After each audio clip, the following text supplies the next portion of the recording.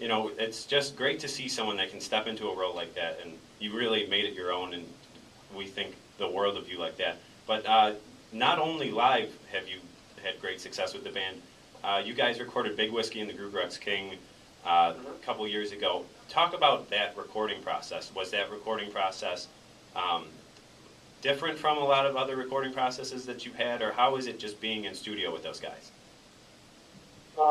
Being in the studio with them was really great.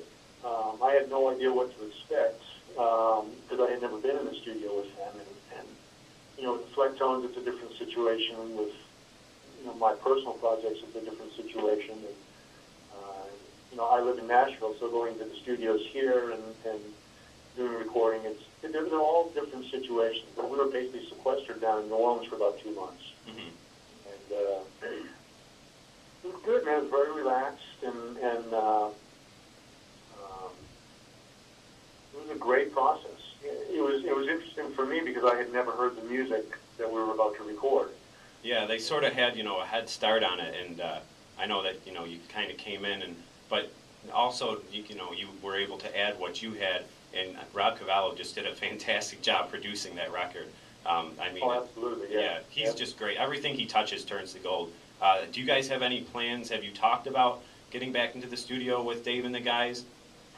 I haven't heard anything at this point, so I don't really know. I have absolutely no idea. Yeah, I know. You guys, you're taking the year off next year, so that'll help with your crazy busy schedule. Catch up on some sleep. What's that? I'm going to catch up on some sleep. Yeah, get some sleep over that period of time. But the other thing that I always wanted, that I think is so cool, getting back to the live stuff that you do, is you're known for being able to play 2 saxes at the same time. You play an alto and a tenor at the same time. I actually, my stepbrother sort of got into the band over the past couple of years, and the first time he saw you do that, he was blown away. And how did you sort of come into doing that? And at what age and when did you decide that, hey, I can do this and this is pretty cool? Well, there was a really great saxophonist named Rahsaan Roland Kirk who pioneered the technique. And he passed away, I think, in 1977.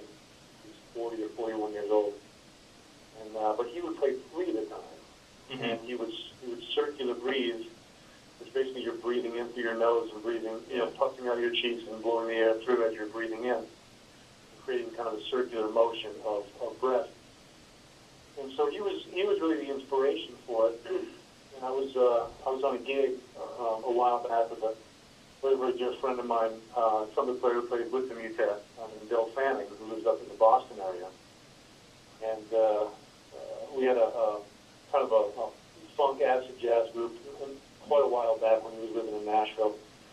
And it was just 2 horns, bass, and drums. And during one of his solos, I just thought, wow, it'd be great, have a little section thing going on or some kind of chord or something or other.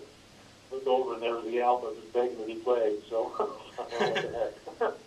we'll see what happens. Yeah, And, I love the sound of it. I've always been into sort of alternate techniques on the instrument, and whether it's splitting notes or finding ways to play chords on the instrument.